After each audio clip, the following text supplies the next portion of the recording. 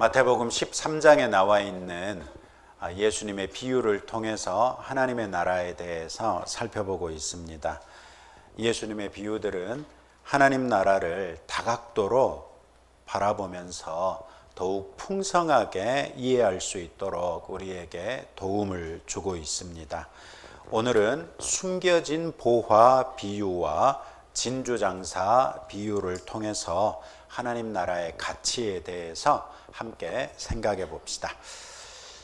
오늘의 비유를 통해서 우리가 배우게 되는 첫 번째 교훈은 뭐니 해도 하나님의 나라는 우연히 만날 수도 있고 적극적으로 찾아야만 만날 수 있는 경우도 있더라는 것입니다.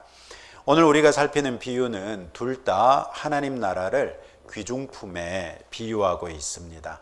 첫 번째 비유에서는 밭에 감추인 보화 이렇게 말하는데, 이 당시에 밭에 감추인 보화는 주로 금덩이였습니다.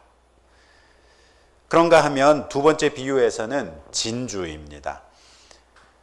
이 두 비유의 차이는, 첫 번째 비유에서는 어떤 사람이 밭에 감추인 보화를 우연히 발견한다는 점이고, 두 번째 비유에서는 진주를 전문적으로 사고 파는 진주 장사가 의도적으로 훌륭한 진주를 찾아다니다가 역시 우연히 만나게 된다는 것입니다.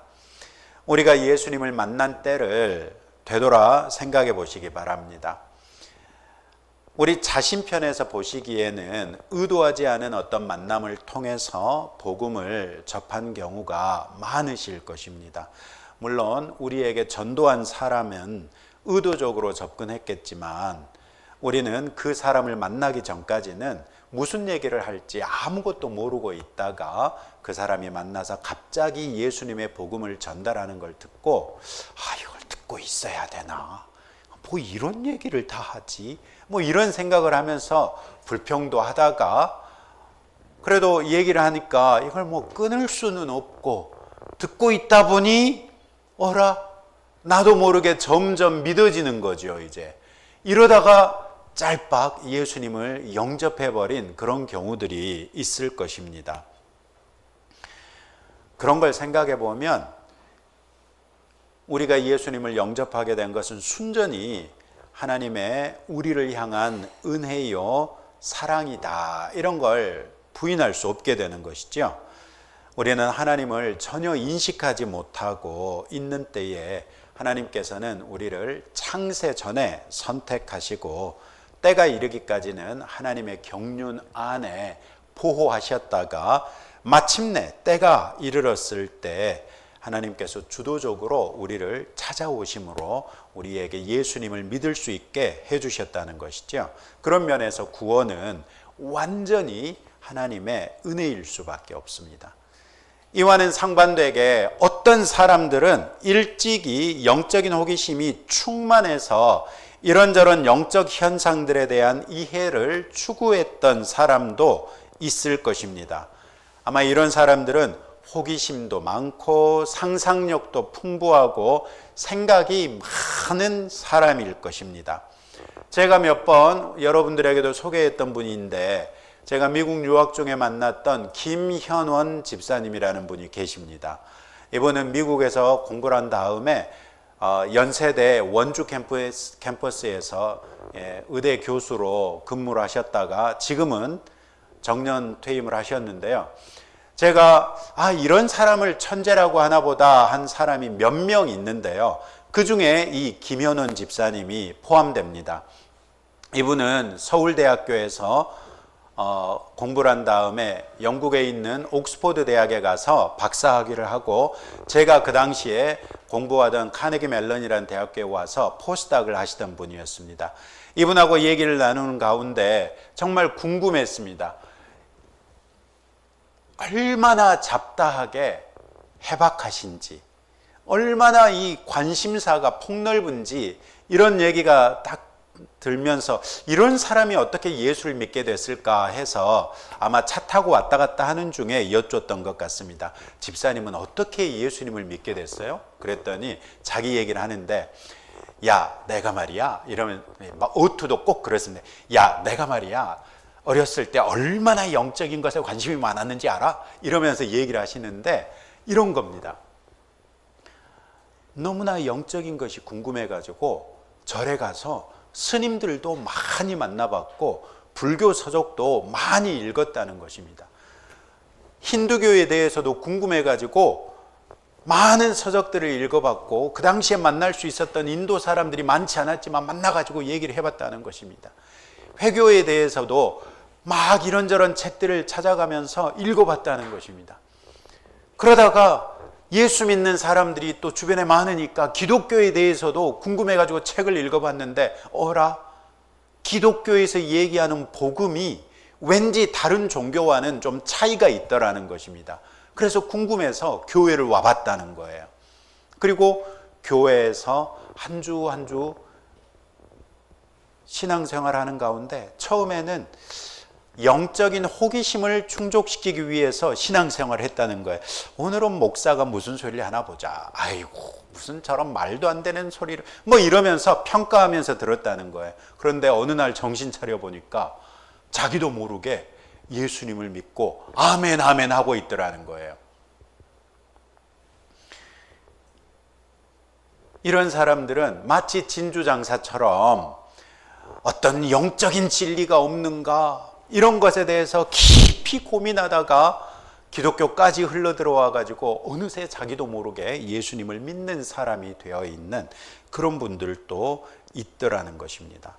이런 사람들은 책이라든지 다큐멘터리를 통해서 자신의 호기심을 충족시키지요. 그러다가 더러는 자기 발로 교회에 와서 예수 믿는 사람들은 어떤 것이 다르냐 이런 걸 관찰해 보려고 하다가 또 어떤 경우에는 교회와 전혀 상관없는 독서 모임이라든지 이런 것을 통해서 궁금했던 것을 해소해 보려고 하겠지요. 그런데 꼭 독서 모임 같은 데 가가지고도 기어이 예수의 복음을 전해야만 직성이 풀리는 그런 분들이 꼭 계시잖아요. 그래서 독서 모임 같은 데서 책을 읽다가 이 사람은 좀 얘기가 다른 것 같다.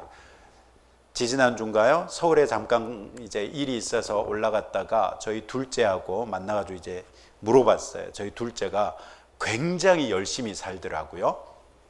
독서 모임을 하는데 이렇게 두꺼운 책을 여러 사람과 함께 읽고 그 인터넷으로 만나가지고 이제 토론을 하는 거예요.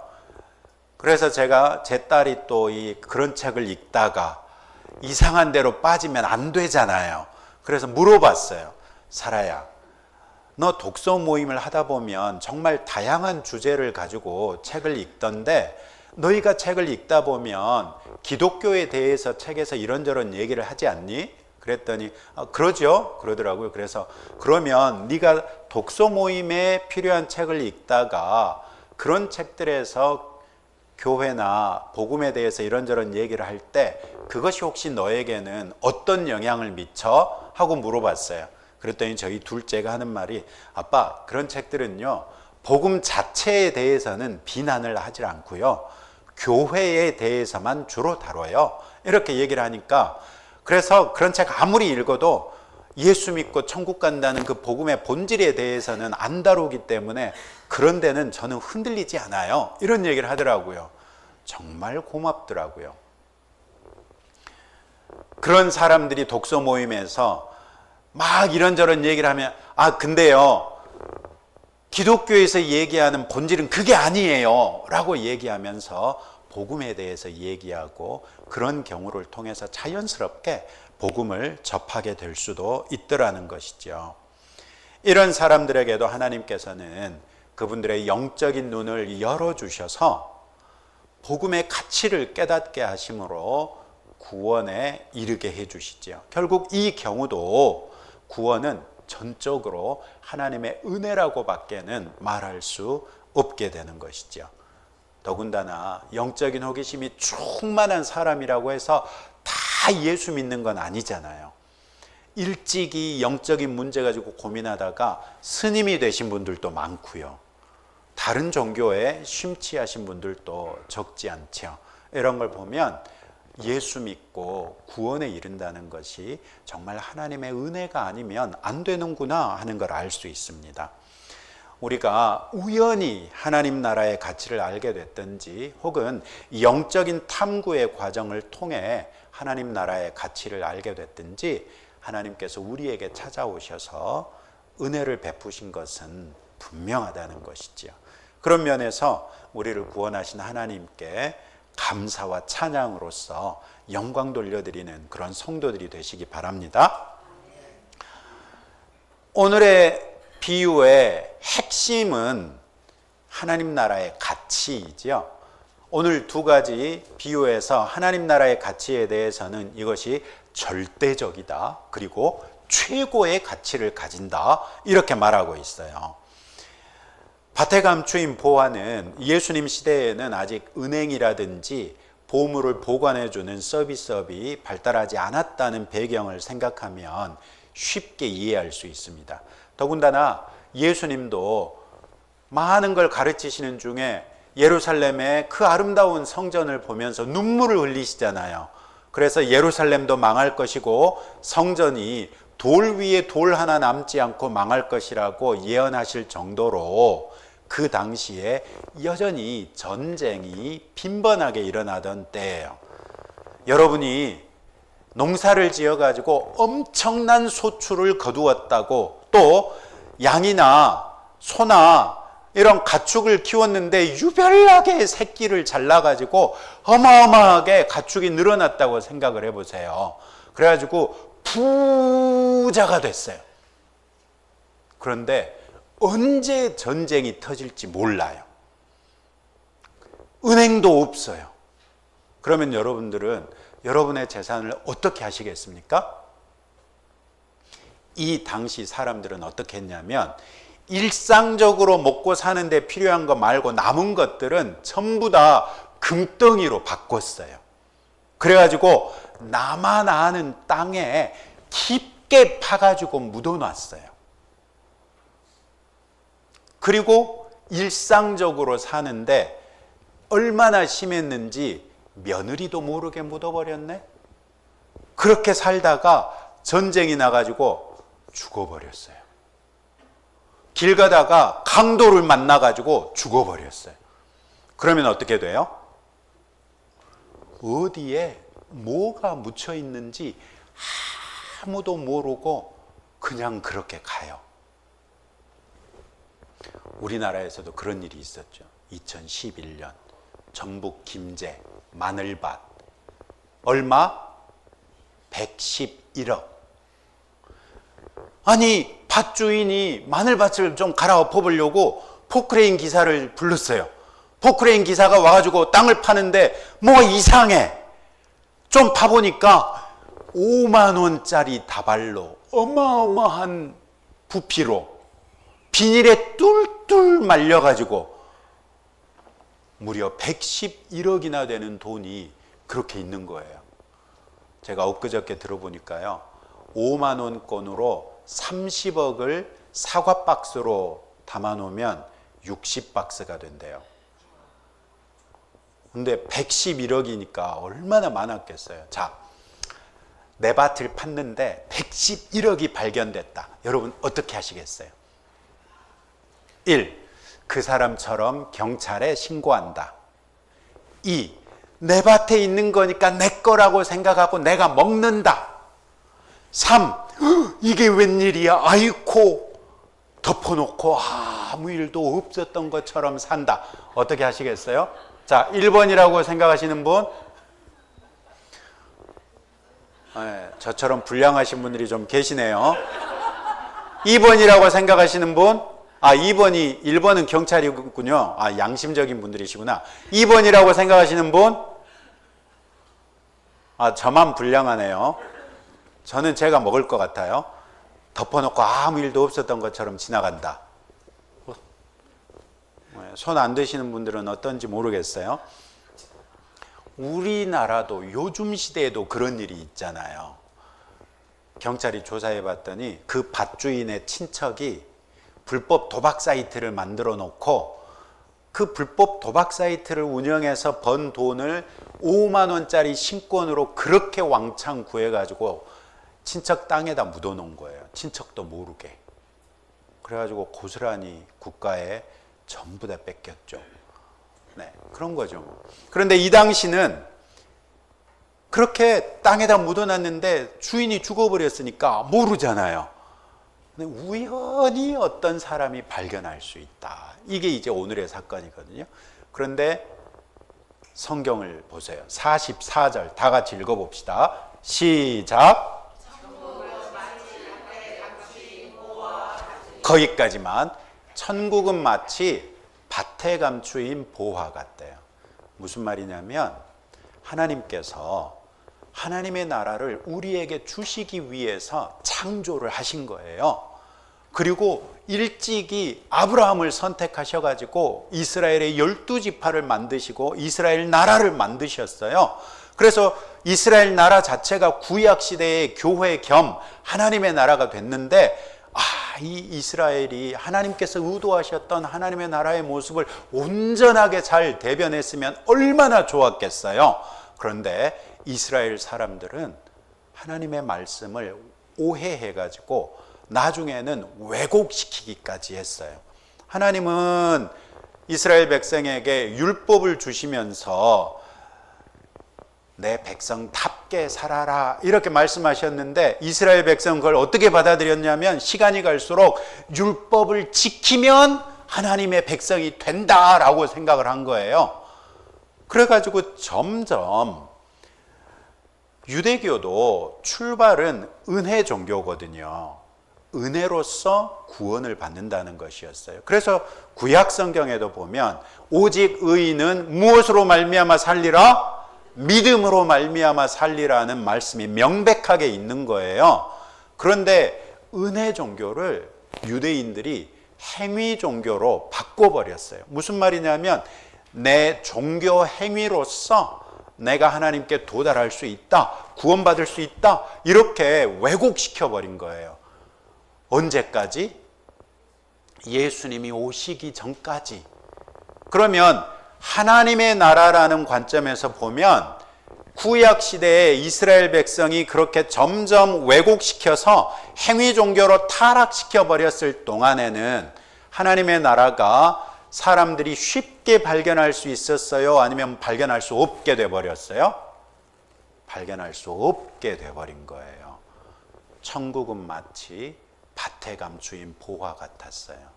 주인이 죽어버려 가지고 누구도 어디에 뭐가 있는지 모르고, 그래서 수없이 많은 유대인들이 대를 이어서 태어났음에도 불구하고 하나님 나라에 이를 수 없게 돼버린 거예요. 행위 종교로 전락시켜버리면서 나의 열심으로 하나님께 갈 수 있다는 착각을 하고 사니까 그 누구도 하나님의 영광에 이를 수 없었어요. 로마서 3장 23절 어떤 말씀이죠? 모든 사람이 죄를 범하였음에 하나님의 영광에 이르지 못하더니 라고 말씀하고 있어요. 그래서 구약 시대는 잃어버린 하나님의 나라 시대예요. 밭에 감추인 보화 같았어요. 그런데 주인이 누구예요? 하나님 나라의 주인이 누구예요? 하나님이시잖아요. 하나님께서 내 나라가 계속 감추어진 상태로 그렇게 두시겠어요? 그럴 수가 없잖아요. 그래서 누구를 보내세요? 예수님을 보내세요. 그럼 예수님이 와서 하시는 일이 뭐예요? 예수님의 첫 번째 메시지 뭐였어요? 회개하라, 천국이 가까웠느니라. 사람들이 잊어버리고 살아서 밭에 감추인 보물 같았던 천국을 사람들의 주목에 다시 들이미는 거예요. 굉장히 적극적이고 파격적인 방식으로 막 기사와 이적을 행하시면서 병도 막 고쳐줘 버리고 말이죠. 물고기 5병이어니까 빵 5덩이 물고기 2마리 가지고 5,000명을 막 먹여버리고 이런 파격적인 일을 행하시면서 하나님의 나라를 적극적으로 선포하신 것이죠.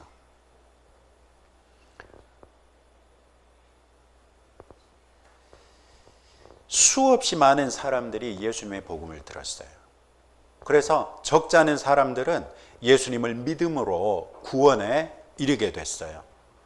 까마득한 옛날에 초대교회가 어느 정도로 규모가 됐는가를 그냥 계산해 본 적이 있었어요. 얼추. 예를 들어 베드로가 오순절 날 성령 충만해져 가지고 뛰쳐나가서 그날 설교했더니 몇 명이 예수를 믿어요? 3,000명. 그러면 그 3,000명이 출발이라고 생각을 해보세요. 근데 원래는 3,000명 출발하기 전에 몇 명이 더 있어야 돼요? 적어도 성령 강림절에 성령을 받았던 120문도가 있죠. 그리고 그 사람의 좀 더 확장하자면 성령 강림절 이후 전에 예수님 승천하실 때 그것을 본 사람들이 500명은 됐거든요.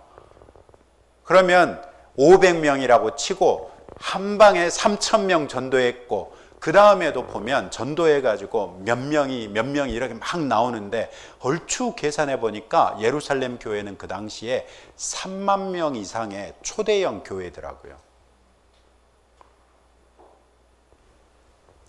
예수님이 복음을 전했더니 그리고 승천하신 이후에 불과 몇 년이 지나지 않아서 예루살렘 교회에 3만 명이나 되는 성도가 생길 정도로 예수님의 복음이 효과적으로 전파됐어요. 그렇지만 그에 못지않게 그보다 훨씬 더 많은 압도적인 다수는 하나님의 나라의 가치를 깨닫지 못하고 예수님을 십자가에 못 박고 말았죠. 밭에 감추인 보물을 뜻하지 않게 발견한 사람, 또 진주 장사가 좋은 진주를 찾아다니다가 정말 값진 진주를 발견했어요. 두 사람이 공통적으로 한 게 뭐예요? 똑같은 표현이 사용됐어요. 어떤 표현? 자기의 소유를 다 팔아. 여러분 같으면 어떻게 하시겠어요? 예를 들어서 건강을 위해서 여러분이 등산을 하셨어요. 그런데 발을 잘못 디뎌가지고 미끄러졌어. 쭈르륵 미끄러지다가 뭐를 탁 잡았는데 바위인지 알고 잡았는데 봤더니 색깔이 달라. 금덩이야. 한 달란트 34kg. 요즘 시세로 금 한 달란트가 얼마가 된다고요? 가장 최근에 제가 찾아봤던 게 1kg 골드바가 1억 5,600인가 이 정도에 계산되더라고요. 1억 5천이라고 생각하고 곱하기 34를 하면 좋게 50억은 넘겠죠? 한 달란트가 50억이에요. 자, 등산을 하다가 미끄러져서 살아보겠다고 잡았더니 금덩이인데 그 금덩이 어떻게 하시겠어요? 1. 당장 캐서 배낭에 숨겨 짊어지고 집으로 간다. 2. 그 산을 사가지고 합법적으로 내 것으로 만들어서 가진다. 3. 역시 어떤 일이 벌어질지 모르니 덮어놓고 속만 끓는다. 어떻게 하시겠어요? 자, 1번 짊어지고 내려오시겠다는 분? 자고로 내 주머니에 있어야 내 거다. 굉장히 솔직하신 분들이에요. 마음에 들어요. 그 땅을 사가지고 합법적으로 내 것으로 삼겠다 하시는 분? 이런 분들이 좀 양심적인 분들이고, 첫 번째 분들은 진짜 속 시원하게 말하면 도둑놈 심보예요, 지금. 그냥 내 것도 아니니까 덮어놓고 속만 끓는다 하시는 분? 그런 분들은 별로 안 계시네.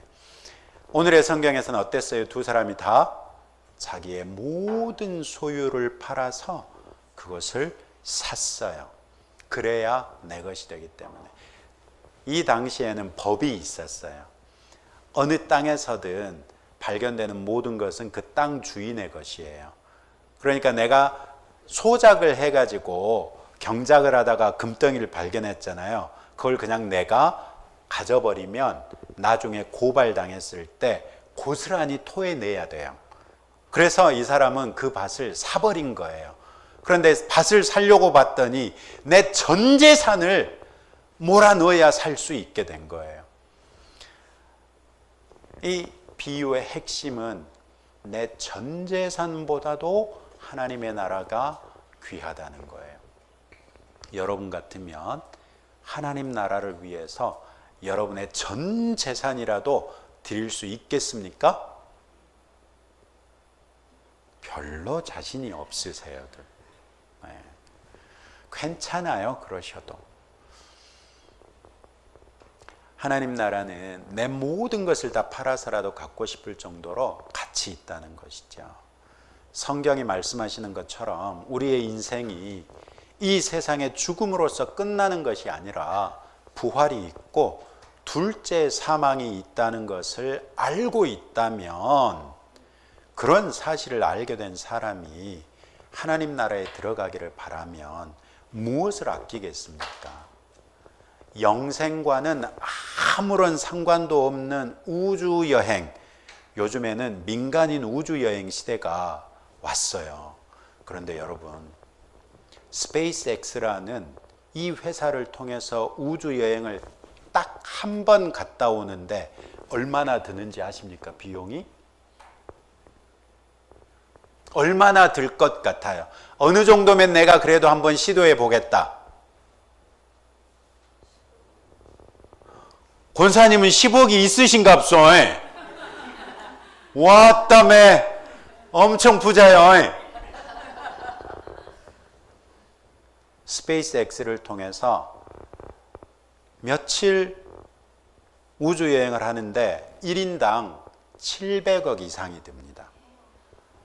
700억 이상이 들 뿐만 아니라 하루 우주에서 체류하는 비용이 저거 있잖아요. 우주 정거장 있잖아요. 거기에서 하루 체류하는 비용이 35,000불입니다. 상상을 초월하는 금액입니다. 기껏 그런 것을 위해서도 700억 이상의 돈을 내는 사람들이 있는데, 그렇게 갔다 온들 자랑할 수 있는 게 뭐예요? 그리고 그거 자랑한들 얼마나 가겠어요?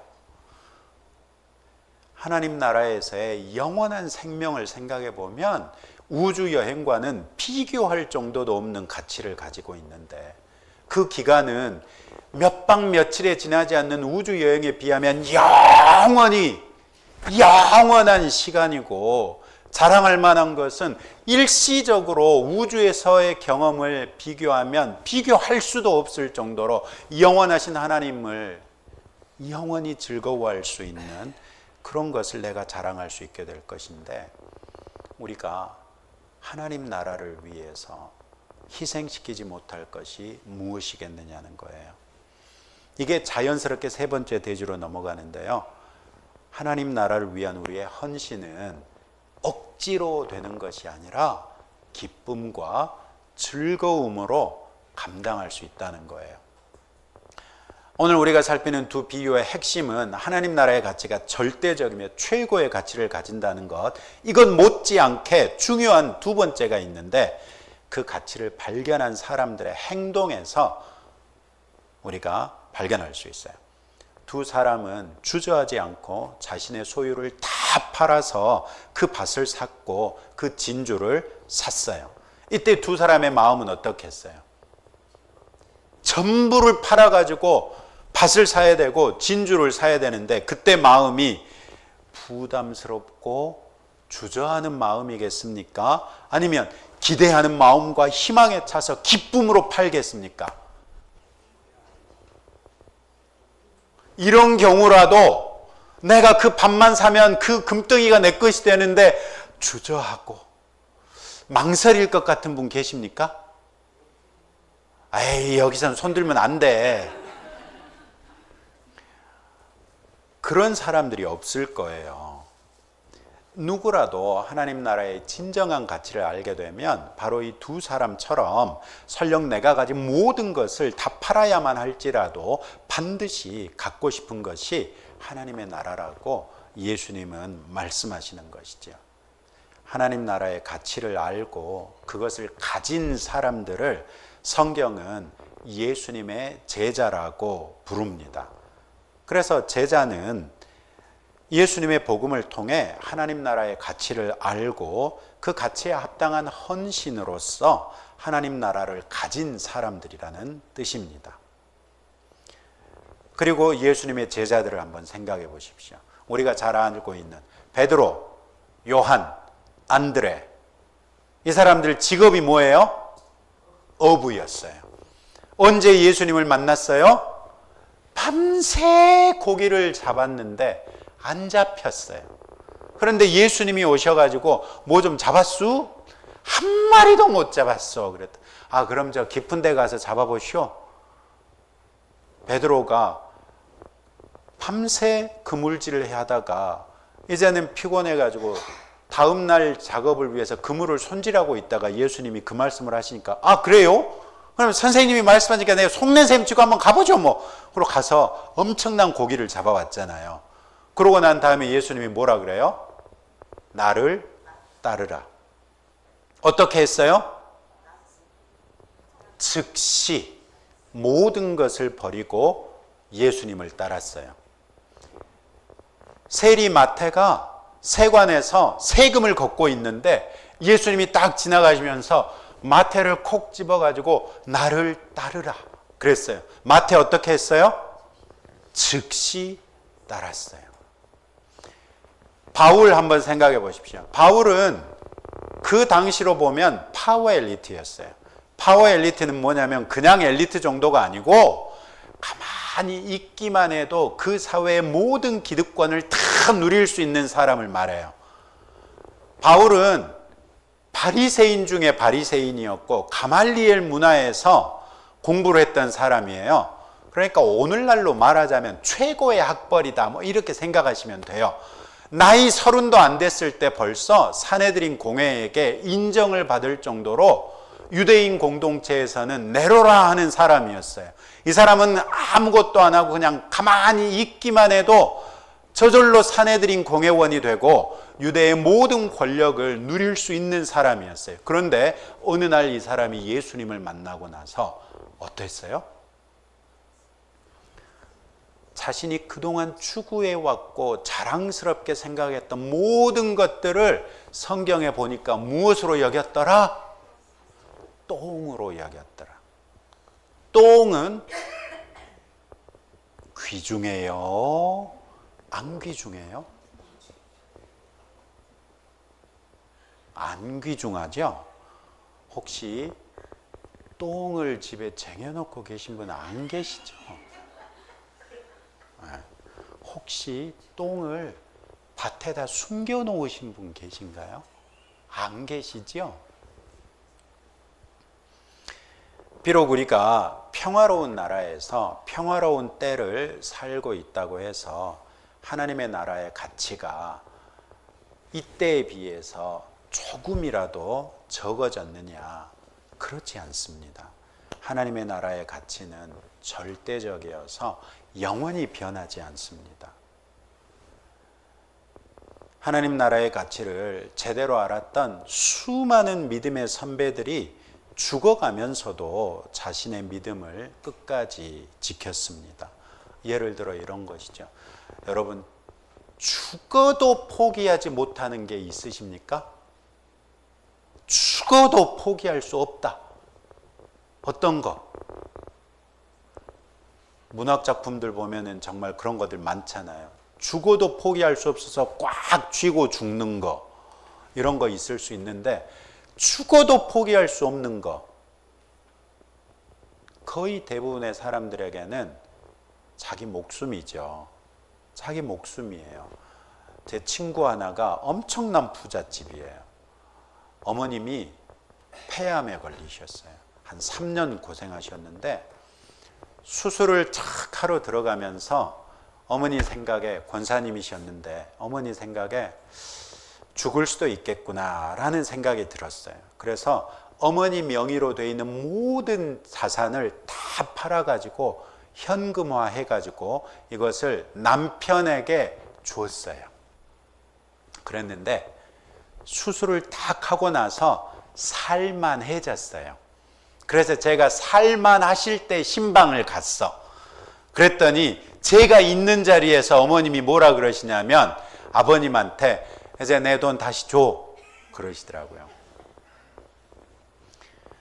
재산이 많은데 폐암에 걸려서 죽어갈 때 그 많은 재산을 다 들여서라도 내가 살 수 있기를 바라는 것이 인간의 마음이잖아요. 그런데 수없이 많은 믿음의 선진들을 보았더니 하나님 나라의 가치를 알았던 참 성도들은 자신의 목숨을 아끼지 않고 하나님 나라를 붙들었다는 거예요. 파워 엘리트였던 바울이 어땠어요? 40에 하나 감암매 몇 번이나 맞았어요? 40에 하나 감암매는 뭐냐면 채찍이 끔찍한 채찍인데요. 채찍으로 40대를 때리면 10에 10은 다 죽어요. 그래서 한 대를 덜 때려. 그러면 거의 죽을 지경까지 때린다는 것이거든요. 자, 40의 감암매를 바울이 몇 번을 맞았어요?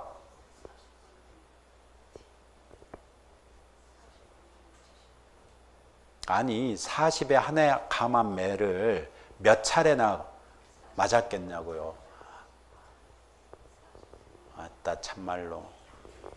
일부 예배 때는 3번이라고 누군가 얘기합디다. 그래서 내가 3번보다 많거든요. 그랬어요. 뭔 40번씩이나 된다요, 권사님. 5번. 40에 하나 감암매를 5번을 맞았어요. 태용도 3번이나 당하고 배가 파손돼 가지고 죽을 뻔한 고비를 넘겼고 독사에게 물려 가지고 죽을 뻔한 고비를 만났고 강도를 당해 가지고도 죽을 뻔했던 고비를 넘겼어요. 복음 때문에.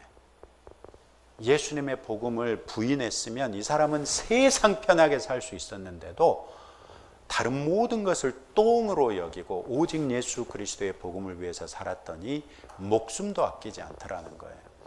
로마 시대에 수없이 많은 그리스도인들이 아레나에 던져져 가지고 자기를 잡아먹으러 오는 사자들하고 다투고 결국은 죽어갔어요.